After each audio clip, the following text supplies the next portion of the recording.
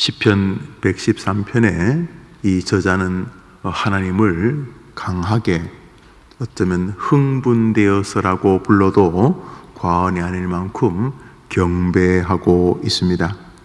1절을 같이 읽겠습니다. 시편 113편 1절입니다. 시작. 할렐루야, 여호와의 종들아 찬양하라, 여호와 이름을 찬양하라. 2절 3절 계속해서 이제로부터 영원까지 여호와 하나님을 찬양하라고 하나님의 찬양하는 영광에 압도되어 있음을 보게 됩니다. 이 사람이 왜 하나님을 찬양하는가? 하나님을 찬양하는데 무슨 이유가 있겠습니까? 하나님은 그 자체가 영광이시기 때문에 찬양을 받기에 합당하신 분이기에 마땅히 찬양해야 되고, 인간의 본분이 하나님을 찬양하도록 지어져 있으니 당연히 찬양해야 하겠지만은, 오늘 이 본문에 나오는 이 시인이 하나님을 찬양하는 이유는 사실은 굉장히 체험적이고 또 간증적임을 알 수가 있습니다. 그는 하나님이 너무도 높으신 분인데 자기 같은 천한 자를 긍휼히 여기셨다는 것이 하나님을 찬양하는 시편 113편 저자의 중심 이유입니다. 다시 말해 하나님이 천지를 창조하시고 워낙 우리와 수준이 다르신 존귀하고 영광스러운 분이고, 그분은 성경이 찬양하지 아니하면은 저주하고 징계하시는 굉장히 높으시고 또 존귀하신 분이기 때문에 찬양해야 마땅하겠지만은, 이 사람이 하나님을 찬양하는 이유는 그래서가 아닙니다. 이 사람이 하나님을 찬양하는 이유는 그 존귀한 분이 자기같이 천한 자, 자기도 지금 천하지만 천한 자신이 처해져 있는 환경이 절대로 그 존귀한 분이 손에 그 오물이나 더러운 것을 묻히고 싶어 하지 않는 더러운 똥통에, 거름더미에 빠져 있는 자기를 깨끗한 곳에 있는 사람을 이렇게 손을 잡고 이렇게 빼내는 것, 혹은 그를 이렇게 일으켜 세우는 것은 그렇다 손 칩시다. 오물 더미에 아주 그냥 머리끝에서 발끝까지 온갖 더러운 것을 다 덮어 쓴 사람을 이렇게 품에 안고 끄집어내는 것은, 이거는 그 천한 사람에게나 시킬 일일 뿐만 아니라, 아이고야 저기 잘못했다가는 나까지 그냥 휘말려 들어서 아주 엉망이 되겠다, 이렇게 생각할 만큼 굉장히 천하고 허접한 곳에 빠져 있는, 그러니까 내 자신도 황당하기 짝이 없는데 하나님이 보실 때 황당하더라도 어디 좀 깨끗한 풀밭에 이렇게 쓰러져 있으면 이렇게 좀 건지고 해볼 텐데, 이 자기도 황당하지만은 이 황당한 내가 처해져 있는 상황도 너무나 황당한 곳이어서 이 존귀하고 거룩한 분이 절대로 곁에도 오실 리가 없을 만한 그런 곳에 빠진 나를, 천한 자를, 도저히 희망이 없는 인생을 그 존귀하신 하나님이 친히 건져내셨도다. 하나님을 찬양하자라고 말한다는 것입니다. 우리 5절을 우리 다시 읽습니다. 읽읍시다. 시작. 여호와 우리 하나님과 같은 이가 누구리요? 높은 곳에 앉으셨으나. 하나님이 높은 곳에 앉으셨으면 계속 거기서 에헴 나는 너희들하고 수준이 같지 않다, 이렇게 계셔도 마땅하지만은, 그 높은 곳에 앉으셨으나 6절 7절 읽습니다. 시작. 스스로 낮추사 천지를 살피시고 가난한 자를 먼지 더미에서 일으키시며 궁핍한 자를 거름더미에서 들어 세워. 그 높고 높으신 분이 천하고 천한 곳에 빠졌는데, 우선 그 사람 자체가 하나님 보실 때 허약하고 부족하고, 몸도 가난하고 마음도 가난하고 정신도 가난하고, 여튼간에 이 연약한 자가 가난하더라도 다소곳하게 깨끗한 곳에 이렇게 앉아 있으면 그래도 뭐 데려가실 만하다 생각할 수 있겠습니다만, 이 가난한 자가 앉은 곳도 이 거름더미, 먼지 더미, 이거 완전히 그냥 말 그대로 시궁창에 빠져 있는 것입니다. 그런데 그 시궁창에 빠져 있는 자에게 들어가서 그를 일으키시고 세우시며 일으키시고 세워서, 자, 씻고 다시 한번 열심히 해봐라, 간다, 이렇게 하시는 것이 아니라 그 똥통에 빠진 사람을, 그 황당하기 짝이 없는 허약한 인생을 세우시고 일으키신 다음에, 그런 다음에 우리 8절을 읽습니다. 8절입니다. 시작. 지도자들 곧 그의 백성의 지도자들과 함께 세우시며. 아니 도저히 이 희망이 없는 인생을 이렇게 세워서, 자, 죽지 말고 한번 살아봐라, 그러고 떠나가시는 게 아니고, 이렇게 세우신 다음에 이 사람이 생각지도 못하는 반열, 그저 자기 수준 있는 사람들 곁에서 그냥 이렇게 살게 하신 정도가 아니라, 거기서 이렇게 서서 지도자들, 백성들의 가장 존귀하다고 하는 사람들 사이에 세우신다. 그러니까 이 사람들 속에서 놀림이나 야유를 받으라고 세우는 게 아니겠죠.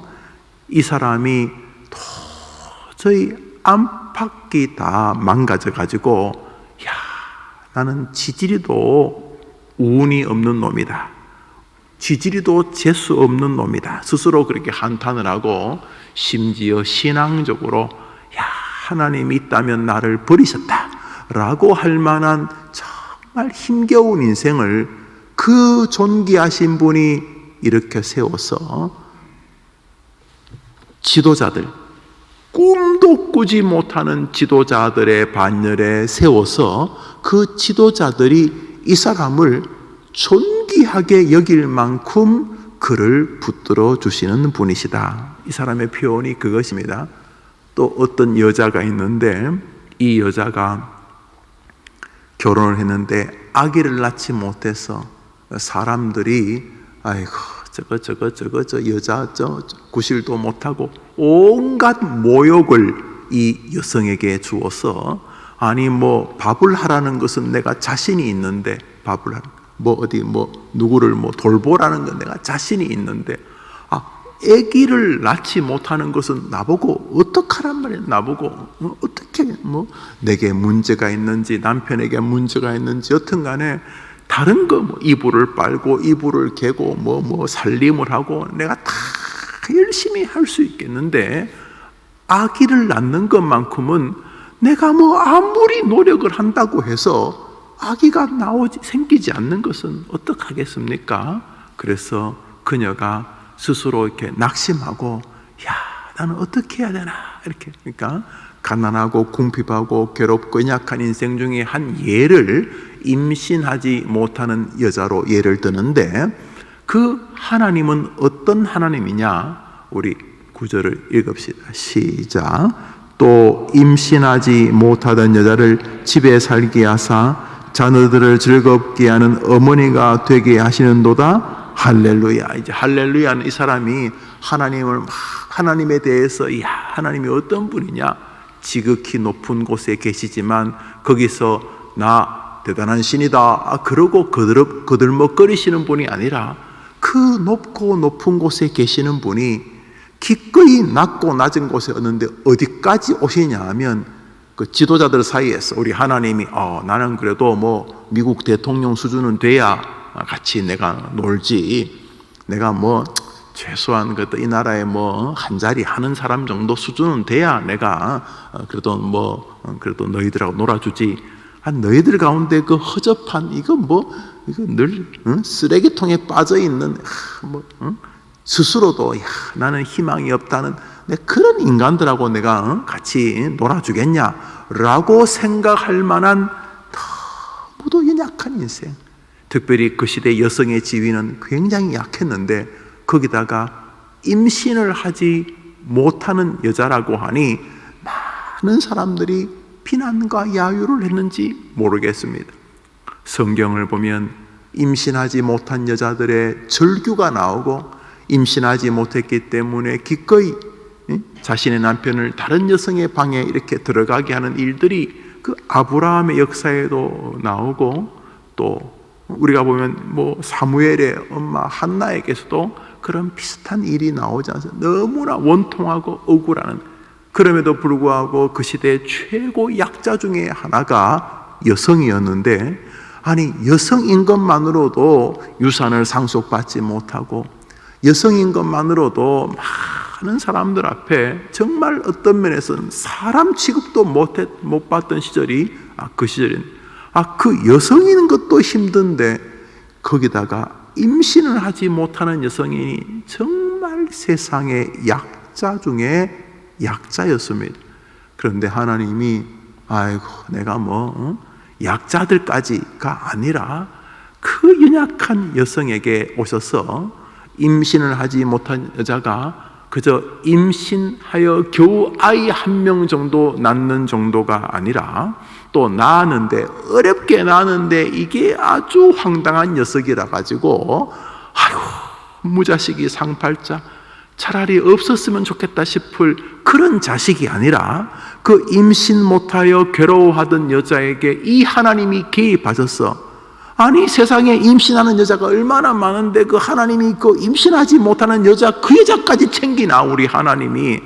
세상에 손만 잡아도 아이를 잘 낳는 여자가 그래 많은데 무슨 아기를 못 낳는 여자 하나에게 무슨 하나님이 그거 신경까지 쓰시나, 이래 생각할 수 있는데, 이 시인이 만난 하나님은 이 시인이 하나님에 대해서 깨닫다가 보니 이런 이해가 있었다. 무슨 이해? 임시 못하는 여자에게도 친히 하나님이 가셔서 아이를 하나 정도 주시는 게 아니라, 또 하나 낳는데 그 녀석이 또 시간이 지나면서 완전히 인간 말종이라 가지고 내가 애가 없을 때가 좋았다고 싶은 그런 아이가 아니라, 우리 다시 마지막 절 읽읍시다. 시작. 또 임신하지 못하는 여자를 집에 살게 하사 자녀들을 즐겁게 하는 어머니가 되게 하시는도다. 할렐루야. 이 자녀들이 얼마나 신실하고, 이 자녀들이 얼마나 하나님 앞에서 뛰어나고, 이 자녀들이 얼마나 자랑거리인지 이 어머니가 이 아이들을 향하여 온갖 기쁨을 다 표출할 수 있는 어머니가 되게 하셨다. 그러니까 이 여인이 자녀들을 위해 무한 봉사한다는 의미도 포함되겠지만 충분히 그럴 만한 가치를 누리는 자녀들이 되게 하셨다. 그러니까 그녀는 모든 사람들이 부러워하는, 저 여인은 어떻게 저렇게 자식 복을 받았나 라고 하는 사람이 되게까지 하시는 우리 하나님은 전능하시지만, 한번 따라 합시다. 나를 사랑하시는 하나님이다. 할렐루야. 제일 끝에 나오는 할렐루야라는 단어는 이 사람이 그렇게 하나님을 찬미하다가 끝에 자기도 모르게 나오는 그냥 기쁨의 탄성입니다. 그 하나님이 얼마나 존귀한가, 그 하나님이 얼마나 위대한가, 그 하나님은 우리 연약한 인생을 버리지 않는 정말로 사랑의 하나님이 아닌가. 할렐루야 라고 외쳤습니다. 중요한 것은 이것이 하나님의 말씀이라는 사실입니다. 무슨 말입니까? 이 사람이 자기 혼자 하나님 참 사랑이 많은 분이야, 나 같은 참 황당한 인생을 끝내 포기하지 아니하시고 나를 따라오셔서, 무슨 경찰관이 범인을 추격하기 위해서만 추격하는 게 아니라 나도 스스로 낙심하고 힘이 없고 지치고 내가 내 자신을 포기할 만큼 내가 멀리 멀리 낙심으로 떨어졌는데 우리 하나님은 그 낙심할 인생, 얼마나 세상에 믿음 좋은 아브라함 같은, 창세기 요셉 같은, 사자굴에 던져줘도 믿음을 지키는 다니엘 같은 얼마나 믿음으로 따지면 상질의 인간들, 인류 믿음의 인간들이 얼마나 많은데 나 같은 이류 믿음 인간들, 내 70평생 80평생 살아온 거 보니까 이거 뭐 나는 하나님 앞에 이류도 아니고 이거는 뭐 3류 4류 인생 같은데 그 하나님이 놀랍게도 끝까지 나를 추격해 오셔서 거름더미에 빠져서 이제 끝이다 하는 나를 기꺼이 들어 세워 존귀한 자들 곁에 세워주셨도다. 이 말은 무슨 말입니까? 이 사람 입장에서 하나님은 어떤 하나님입니까? 이 사람 입장, 이 여인 입장에서 하나님은 어떤 하나님입니까? 이 사람 입장에서 한번 따라합시다. 전능하신 하나님은 나를 사랑하시는 하나님이다. 그 말 아닙니까? 시편 113편의 말은 결국 그 말 아닙니까? 1절부터 9절까지 그 말 아닙니까? 그런데 하나님이 그래 뭐 네가 뭐 그래 나를 생각해 준다면 그래 고맙지 라 아니라 그래 맞다. 너가 하나님을 제대로 아는구나.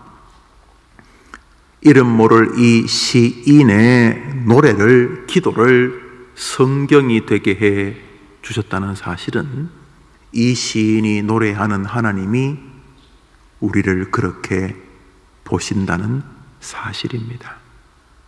거름더미에 빠져도 하나님이 여러분을 포기한 적은 없는 것입니다. 여러분이 세상 사람들에게 저 여자, 아이고 저 여자, 아이고 저 인간, 아이고 저 인생, 아이고 저 노인, 아이고 저 가난한 인생, 저 병든 인생, 아이고 세상 사람들은 여러분을 별 볼 일 없이 본다 할지라도 여러분을 사랑하여 자기 아들 예수 그리스도까지 아끼지 않고 내어주신 하나님은 오늘도 변함없이 여러분을 사랑하시는 하나님인 줄 믿으시기를 바랍니다. 다리 몽둥이가 부러지든 사람들이 여러분을 오해하여 비난의 폭탄을 말로 던지든 때로는 전혀 이해하지 못하는 고난이 다가와도 전능하신 하나님이 여러분을 사랑하고 있다는 사실은 영원한 진리인 줄 꼭 믿으시기를 바랍니다. 하나님은 날 사랑하지 않으셔 그것처럼 어리석은 결론이 없습니다. 무슨 근거로 다리가 부러졌어? 있던 재산이 좀 줄어들었어? 가족이, 특별히 자식이 여러분을 괴롭히고 마음을 상하게 해서 그래서 하나님이 여러분을 사랑하지 않는다는 결론에 도달하신 것입니까? 너무나 어리석은 결론이 아닐 수가 없는 것입니다. 오늘도 하나님은 여러분을 사랑하고 계십니다. 여러분 스스로가 거름더미에 앉은 것 같고 여러분 스스로가 어떻게 해야 될지 진퇴양난에 빠진, 그렇지요. 아니 뭐 내 혼자 하라면 하겠지만 아기를 갖는 것을 여인이 무슨 수로 혼자 하겠습니까? 또 아기를 가지려고 많은 시도를 해봤겠지요. 그렇지만 그 부부에게는 아기가 생기지 않았습니다. 도대체 그녀가 뭘 어떻게 하겠습니까? 완전히 마음이 다 녹아버렸고 사람들의 지탄과 야유야 사람들이 아무래도 이번에 새로운 부인 데려와야 되는 거 아니야? 저 애기만 넣고 온갖 모욕과 수치를 당해서 다 나자빠져 있는 침체 인생도 하나님은 버리지 않는 줄 믿으시기 바랍니다. 결국 시편 113편은 하나님이 사랑의 하나님이라는 찬미를 듣고 싶어 하시는 하나님을 우리가 보게 하시는 것입니다. 우리 하나님이 원하시는 것이니 아침에 고백해 볼까요? 하나님이 나를 사랑하십니다. 한번 해볼까요? 시작. 하나님, 성경책이 여러분 손에 있다는 것은 그것입니다. 여러분이 여러분 생각에 엄청난 믿음이시든 아니면 뭐 겨자씨 쥐꼬리만한 믿음이시든 여러분이 이 새벽에 나와 여러분의 하나님께 기도하고 이 새벽에 영상을 켜서 자신의 하나님을 향하여 간구하는 것 역시 하나님이 여러분을 사랑해 주신 결과인 것입니다. 우리 가운데 어느 누가 우리 본성의 종교성으로 전능하신 야훼를 찾을 수 있다는 말입니까? 기껏해야 잡신을 만나겠지요. 기껏해야 무신론자의 길에 서겠지요. 우리가 하나님을 하나님으로 알 수 있는 것은 천에 하나 만에 하나 중에 우리를 선택하여 하나님을 경배하도록 불러주신 결과인 것입니다. 하나님이 이 세상을 이처럼 사랑하사 독생자를 주셨으니 하나님의 그 큰 사랑, 지금도 하나님은 여러분을 사랑하십니다. 그것을 고백하라고 오늘 생명을 주신 것입니다. 오늘자 날주 신명기 23장입니다. 오늘자 날주 신명기 23장입니다.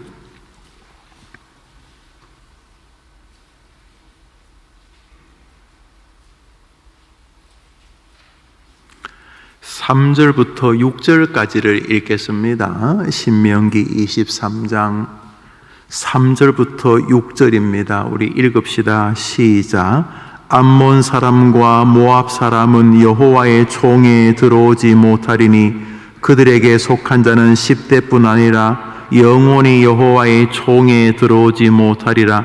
그들은 너희가 애굽에서 나올 때에 떡과 물로 너희를 길에서 영접하지 아니하고 메소보다미아의 부돌 사람 부올의 아들 발람에게 뇌물을 주어 너희를 저주하게 하려 했으나 내 하나님 여호와께서 너를 사랑하심으로 내 하나님 여호와께서 발람의 말을 듣지 아니하고 내 하나님 여호와께서 그 저주를 변하여 복이 되게 하셨나니 내 평생에 그들의 평안함과 형통함을 영원히 구하지 말지니라. 아멘. 굉장히 무서운 말씀입니다. 암몬 사람과 모압 사람은 여호와의 총에 들어오지 못한다. 나는 그들을 저주한다.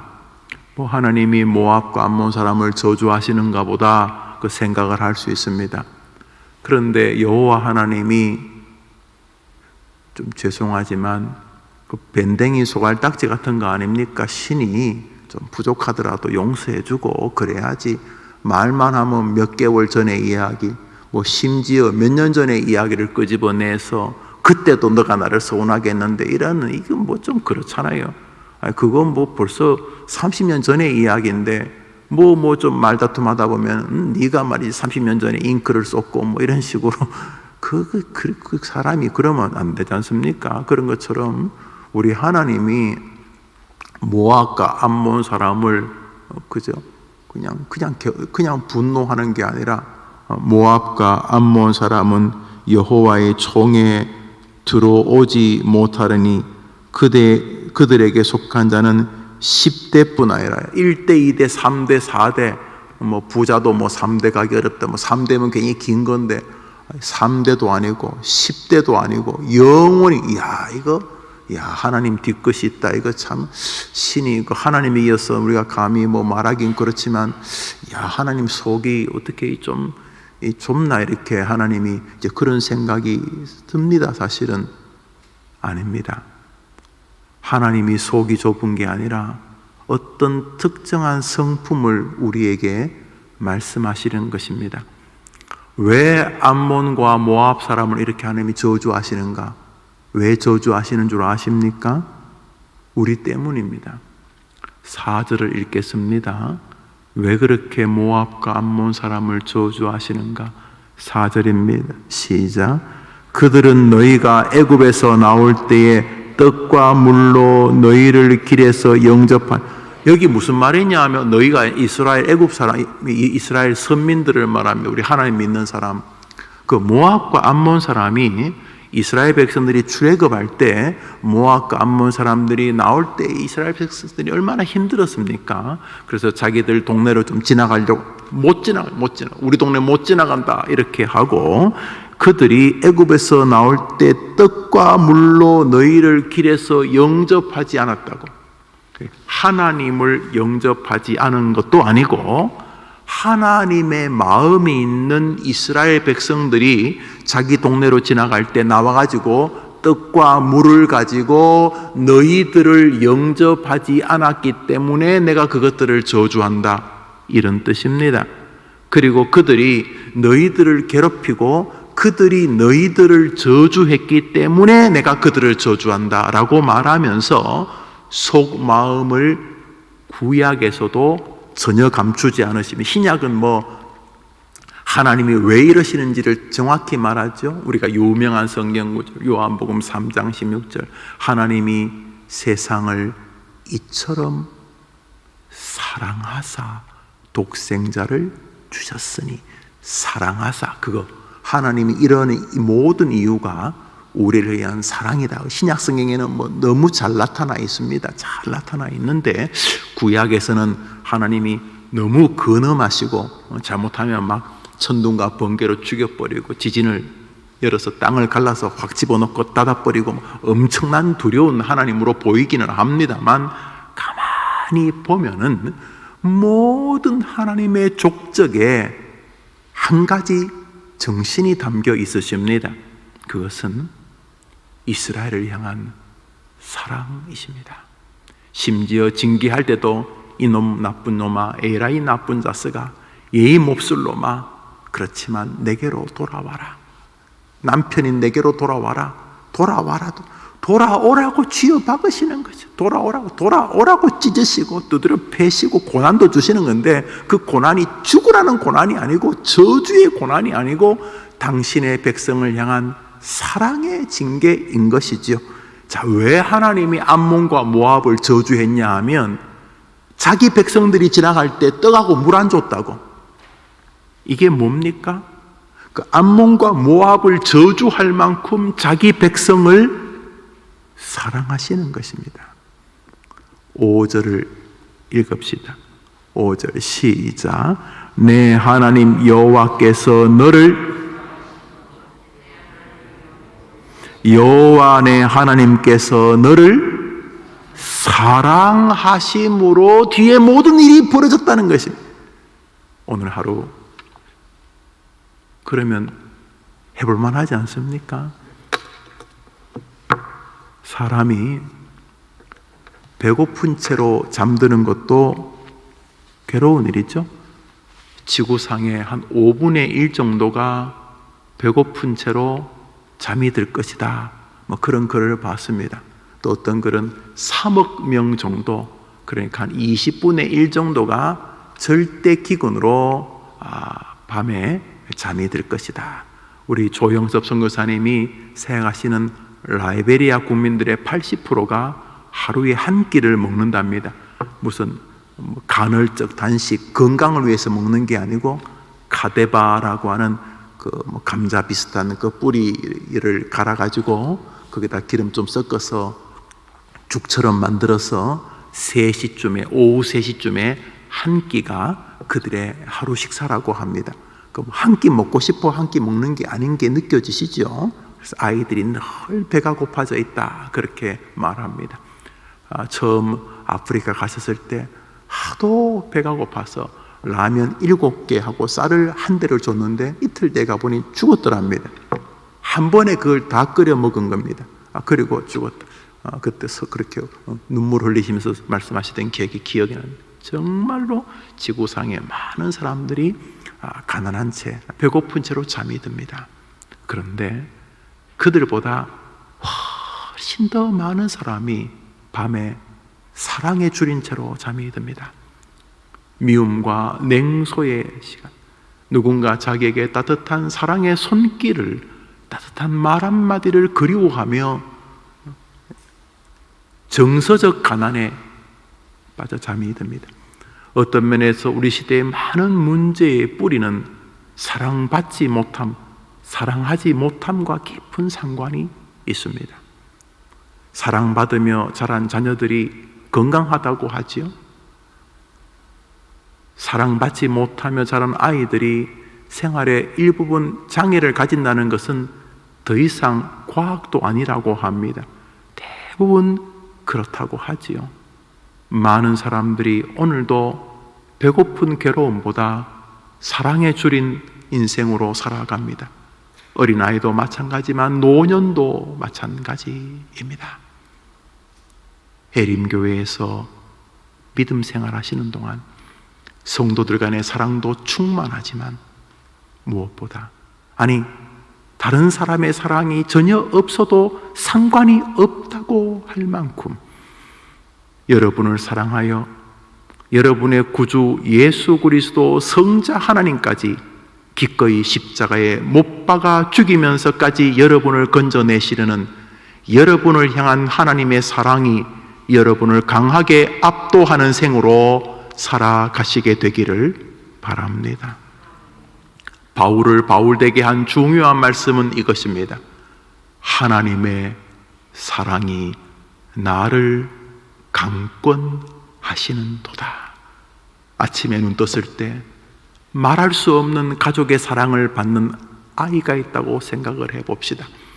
우리 해림교회 소망 한 달 프로그램이 한 달 동안 그것을 훈련하는 과정인데, 아침에 눈 떴을 때 여전히 정리하지 못한 빚은 있고, 여전히 몸은 조금씩 약해져 가고, 여전히 젊을 때와 달리 인간관계는 자꾸 단절되어 가는 것 같아도 아침에 눈을 떴을 때 온 천지를 장하고 계시는 전능하신 야훼 하나님이 여러분을 사랑하고 있다는 강력한 경험과 확신으로 인해서 세상이 뭐라고 해도 세상 모든 것을 다 가진 것 같은 사랑이 충만한 가운데서 승리의 길을 걸어가는 하나님의 나를 사랑하십니다 라고 고백하면 시편 113편이 되게 하시는 변함없으신 그 하나님께 오늘 사랑을 고백하고 그 사랑을 확신하면서 승리의 길을 걸어가 하루를 잘 마치시고 저녁 금요 기도회 때 뵙도록 하겠습니다. 하나님이 여러분을 사랑하십니다. 주님 가르친 기도로 예배를 마칩시다. 하늘에 계신 우리 아버지여, 이름이 거룩히 여김을 받으시오며 나라의 임하옵시며 뜻이 하늘에서 이룬 것 같이 땅에서도 이루어지이다. 오늘날 우리에게 일용할 양식을 주옵시고 우리가 우리에게 죄 지은 자를 사하여 준 것 같이 우리 죄를 사하여 주옵시고 우리를 시험에 들게 하지 마옵시고 다만 악에서 구하옵소서. 내게 나라와 권세와 영광이 아버지께 영원히 있사옵나이다. 아멘. 기도합시다.